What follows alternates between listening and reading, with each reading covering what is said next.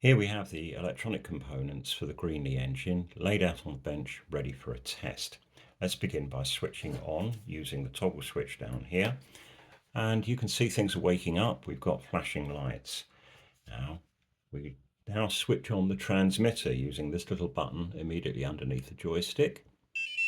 Plays a little tune, display lights up, and importantly you'll notice that this green flashing light here is now steady.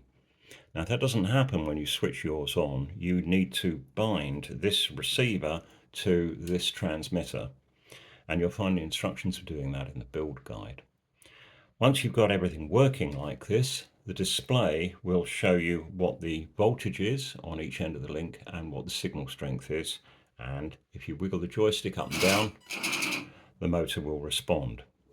Underneath the transmitter there's what we call the cruise control button, and if you set the motor running and press that button, then it will run continuously like this. So now we're in cruise control mode, and regardless of what I do to the joystick, the motor will keep running at that fixed speed until I press the cruise control button again. So that's basic operation, but what we're really interested in is the components and how they fit together. So let's do some naming of parts. Over here we've got two LiPo batteries producing a nominal 7.4 volts because they are connected in series via this spider of wiring here. The toggle switch down here connects the batteries either to the main system with all the lights on, as you can see, or if I switch it the other way, it will connect to this charger board, which we'll talk about in a little while. Now, the heart of the main system is this little receiver here. Now, it receives power from the batteries via this connection here, which then goes to the little board with the green light on. That is both an electronic speed controller and a voltage regulator. And the regulated voltage comes down the red and black wires in this ribbon here and gets into the receiver via that, which is called a Futaba plug, and it goes into a Futaba socket. If we have a look at the receiver, you'll see that there are 6 numbered channels there, of which in fact we're only using 3, and that number 6 is reflected in the buttons on the transmitter here. There are 6 channels, 2 of them associated with the joystick. That's channel 2, and then channel 1, which is the left-right channel we're not using. Underneath it we have a diamond of buttons here, and if you look closely you can see that they've got the numbers 3, 4, 5 and 6 on them, and we'll come back to that in a bit. These 2 rockers here are used to set the 0 point for the joystick channels. If your motor is whirring a little bit when you're not touching the joystick, you need to adjust these rockers so that it becomes quiet. Okay, now coming back over here, we know now how power gets into the receiver here. What are these channels for?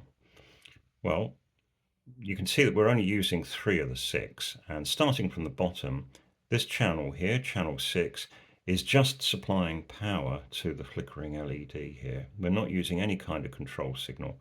These LEDs are specially made to behave badly like this. All you have to do is apply power, and they're mostly on and then they flicker a little bit. They do that all by themselves. They don't need a control signal. At the top here on channel 2, the signal, which is being converted from the signals coming from the transmitter, comes up this white wire and into the board with the green light, and it's then amplified and turned into a fixed voltage signal which will drive the motor forwards and backwards at various speeds. Now the third channel, the one in the middle here, channel 5, controls the ultrasonic system via a slightly complicated switching arrangement down here. Now the ultrasonic system is designed to produce a smoke effect. We can control it using channel 5, and you'll see channel 5 is the button here on the left. If I press that, you'll see the blue light come on, and in fact I can switch it on and off like that. Now what's going on is that this component here is a radio control switch, and it is responding to the button presses. And what's being switched is the 5-volt supply to this ultrasonic control board. And if I switch it on like that, well, not much seems to happen. In fact, this little disc over here, the nebulizer disc, is vibrating up and down at about 108 kilohertz, but we can't hear it or see it. I've got a paintbrush here loaded with some water, and if I put a bit of water on it, you'll see that it sort of zizzles and then disappears up into what appears to be smoke. Now, it's not smoke, it's not steam either, it's cold. It's just microscopic droplets of water that are being thrown up into the air by that high frequency oscillation. Now, of course, steam engines don't produce a continuous stream of smoke. They puff, especially at low revs, and I suppose in principle you could create a puffing effect by standing here and switching the thing on and off, but that's going to get pretty boring. We need an automatic system to do that for us. And that's achieved via this little device down here, which is a Hall effect sensor. Now, what a Hall effect sensor does is it looks out for local magnetic fields, and it can then send a signal back up these wires here, which can also switch off the ultrasonic transmitter. Let's demonstrate. So if I bring these magnets up towards the Hall effect sensor, you can see that the blue light goes off.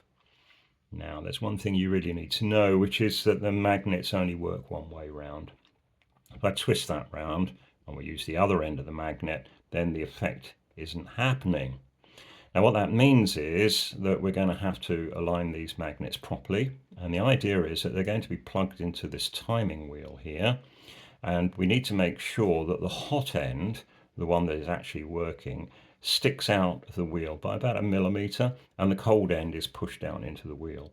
So now's the time to do that job, because you've essentially got a polarity tester here rigged up on the bench. I can tell that that's the hot end, so what I want to do is push that magnet down into that wheel the right way round. How many magnets should you use?